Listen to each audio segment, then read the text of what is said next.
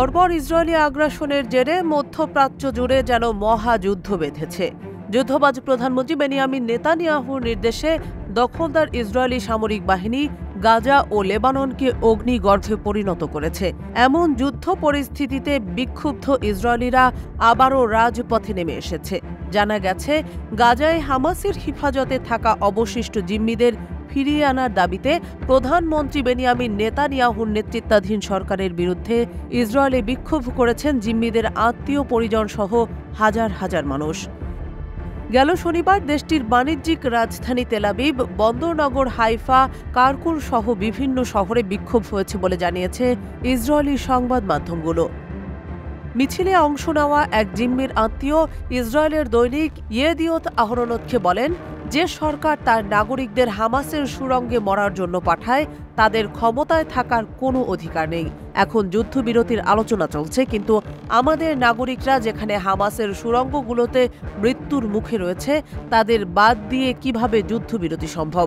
সরকার এখন জিম্মিদের কথা ভুলে গেছে এবং নিজেদের ব্যর্থতা ঢাকার জন্য বিভিন্ন অজুহাত দিচ্ছে। সরকারের পক্ষ থেকে এই প্রতিবাদ মিছিল ইস্যুতে এখন পর্যন্ত কোনো প্রতিক্রিয়া জানানো হয়নি। 2023 সালের 7 অক্টোবর ইসরায়েলের ভূখণ্ডে নিজেদের মুক্তির সংগ্রাম শুরু করে ফিলিস্তিনের স্বাধীনতাকামী সংগঠন হামাস। ওই দিন হামাসের হামলায় গাজায় 1200 জন নিহত হয়। সেই সঙ্গে জিম্মি হিসেবে হামাস ধরে নিয়ে যায় 242 জনকে। তারপর সেদিন থেকেই গাজায় অভিযান শুরু করে ইসরায়েলের প্রতিরক্ষা বাহিনী আইডিএফের বর্বর অভিযানে গাজায় এ পর্যন্ত নিহত হয়েছেন প্রায় 44,000-এরও বেশি মানুষ, আহত হয়েছেন আরও লক্ষাধিক। এই সংঘাতের শুরু থেকে মধ্যস্থতার ভূমিকায় রয়েছে যুক্তরাষ্ট্র, কাতার ও মিশর। এই 3 দেশের কূটনৈতিক তৎপরতায় গত বছর নভেম্বরের শেষ সপ্তাহে এক অস্থায়ী বিরতিতে 107 জন জিম্মি মুক্তি পেয়েছেন। তবে তারপর থেকে এখন পর্যন্ত অল্প কয়েকজন ব্যতীত আর কোনো জিম্মিকে মুক্তি দেওয়া হয়নি।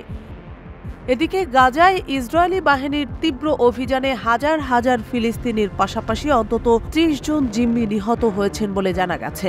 হামাসের পক্ষ থেকে বলা হয়েছে, ইসরায়েল যদি গাজা থেকে সেনা প্রত্যাহার করে নেয় তাহলে অবশিষ্ট সব জিম্মিকে ছেড়ে দেওয়া হবে।